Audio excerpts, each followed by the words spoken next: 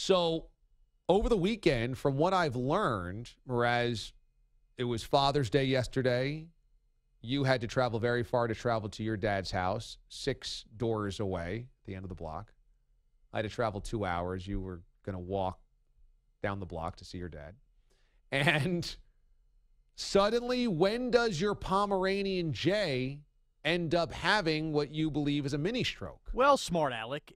After the 6 houses down, I had to go many towns away to my father-in-law's house. Many towns. Yeah, it was about a 20-minute car ride. Many towns away. We were about 15 minutes in when he missed a step. His whole body locked up, and he... Your father-in-law? No, my dog. Oh, okay. Smashed his face down. And Missed a step in the like, car? No. Like when we got to the house. He missed a step. It wasn't like he fell on the steps.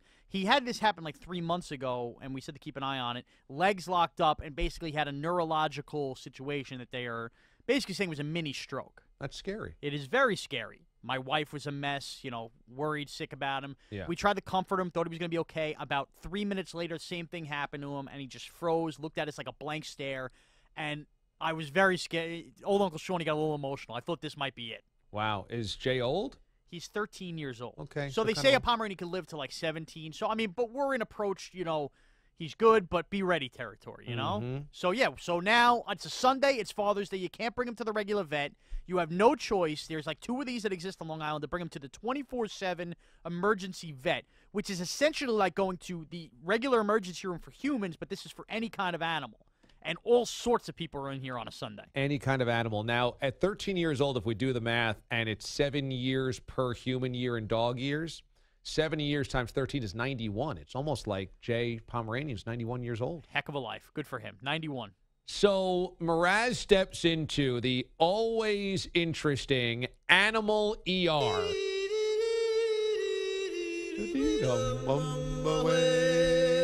So this is like a Disney cartoon. So you walk in there, and what's the first thing you see? The first thing I see before anything gets crazy is a woman smashing Mike and Ike's in the waiting area. Huge. With a cat going nuts. And as we sit down and they take our dog away, they turn to they turn to the whole waiting room and they start yelling out the name Lola, Lola, Lola. Nobody's answering. Turns out they're not yelling a human's name. They're yelling the cat's name. Interesting. So the staff desk is trying to page Lola, but they're paging not the owner or the pet. So they're so crazy at this animal hospital. Instead of just yelling our human names, they're yelling the pet names. The woman who... What happens if there's 2 Fidos? Right, exactly. So I'm like, okay, so now at this point, by the way, now I've prepped myself to listen for Jay. Not for Sean, not for Danielle. I'm going to listen for Jay's name, even though Jay's away in the hospital room, if you will. Okay. Turns out this woman who owns Lola isn't answering, to the point a guy is getting so angry who's sitting there waiting to me. He waves in this woman's face. You're obviously the owner of Lola. The rest of us have paid attention to this and us. She gets up. She starts freaking out and lady they're not calling us by human names. Then 2 minutes later, they call Lola's name again, not this woman's name. She doesn't pay attention again. This guy gets up, yells in her face, "Woman, they're calling Lola again." She yells back at all of us who are giving her, like, the evil eyes. "It's a stray cat. I picked her up 10 minutes ago. I just named her." So she just named this cat Lola and doesn't even know her name, and now has had it with these people not calling out human names. And she picked up a stray and 10 minutes later brought it to the ER? Yeah, and she must have had time to eat Mike and Ice because this woman had about a gallon of them in her bag. I mean, man, that's a boring Father's Day you got. Yeah, you can tell. And now I'm looking at her. I'm picking up a stray, going right to the ER. I'm going, hey, that's not my cat. I don't need to be there. She looked like the type of older woman that would pick up a stray cat on Father's Day and be sitting in the ER, put it that way. So I felt bad for that. So anyway, this all clears. We get called into the doctor's waiting room, if you will, where they're going to give us our one-on-one consultation. Yeah. And the doctor looks at us with this serious face, to the point, I kid you not, DA, I looked at my wife ready to grab her. I thought they were going to say he didn't make it. Yeah. He totally made it. But the problem was, is he's sitting down going over everything. I look at my wife, and she's looking around the room. And what is with these people who have mailed, like, Christmas cards to their vet, but not from their families, from the pets? Like, it's all like season's greetings. That's a thing? Apparently it's a thing. So they take these Christmas cards to their pets and they mail them to the vet. Hey, and the ER's got to take those down. It's June. Get rid of them. They're all over the place, but the problem is we couldn't find one dog. It's a parrot. There's hamsters all over the place. There are iguanas and lizards. To the point now that my wife doesn't trust this doctor because there's no pictures of dogs anywhere. She's going, Oh, how can we trust this guy? Oh, he's working on his iguanas and hamsters, and they send him Christmas cards. So we get done with this. She's freaking out. Now we're sitting there waiting. And by the way, this is like a 6-hour ordeal. You got a reptile doc. Oh, we got a reptile doc. 6-hour ordeal, DA. Father's Day, the Sun's. And we start seeing one by one the most 6 hours. crazy things coming. They come in. They tell us in the next room they're doing CPR on a turtle. On a turtle, DA. They're doing CPR on a turtle. Tough day. We're doing CPR on a turtle in the other room. How do you do CPR on a turtle? Are they pushing the shell? I tried to get an answer, and the woman at the counter basically thought I was just joking around. She's like, we don't have time for this right now. Are they blowing into the turtle's mouth? They got to have little tools, right? Like little mini hands pressing down with the, Is it like the Sandlot? I don't know. Or do they have a turtle medic on standby that knows how to give mouth-to-mouth? Maybe another turtle. It could be another turtle that they've trained. I don't know, but they're giving a turtle CPR. This all goes on. Then another couple walks in with a bag, and they're very quiet, and they say, we have an emergency. This isn't our animal. It flew into our house. It's a hawk, DA, like some kind of like Long Island hawk that broke its beak and clipped its wing flying into a house. How stupid this hawk is, I don't know. To the point the people working at the veterinary clinic told them, you cannot leave until we approve that we could.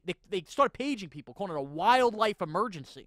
Wildlife emergency. If they could not help or resuscitate this hawk by legal rules, they had to give this couple this bird that wasn't theirs back. They're trying to do the right thing and bring this animal in, and they have to drive it back to their house and leave it where it came from, or it's some kind of lawsuit.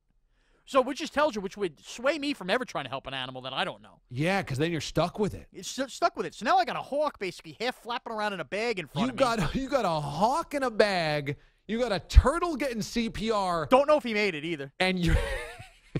And your dog is being operated on by a reptile doctor. It is insanity. All this is going on. Then another dog walks in who was fishing with its father and caught a fish hook in its mouth, and it's yelping. It's screaming. The hawk's flapping its wings. It's going nuts. A human would writhe in pain in the ER. You got these animals writhing in pain everywhere. Oh, well, my poor dog is back there concussed and with a seizure or a stroke. I've been to the human ER a couple times. When I was young, I had I split my wrist open in the screen door, like the glass door. I split my knee open playing football in the yard. And I always hated the ER, hated it because it was so depressing, but also scary because people are holding open flesh wounds and stuff like that. But I think I might be more scared in an animal ER because it sounds like it's just chaos. It was chaos, so much so that you almost lose sight of why you're there. I almost got less concerned for my dog and more concerned, we got to get out of here. I don't care if we leave him for 4 days. We got to get out of here. Yeah. I can't be in here anymore. And so you got to take Jay home, the Pomeranian that had the seizure. Was it a seizure? A stroke. Mini stroke. What are you feeding Jay? Gluttonous foods like you? Chubbo. I have to be on a cane clean with the doctor I gave him a couple licks of some vanilla Carvel. I picked up some flying saucers to bring to my father-in-law's house, and they were with vanilla ice cream. And I had no choice, DA. I had to do it. I had to give him a little lick. He was looking at me like, you're going to let me try that? And a half an hour later, he had a stroke. I don't want to say it was the ice cream's fault, but put it this way, there were fingers pointed at me. You almost killed your dog with ice cream. He's had it before.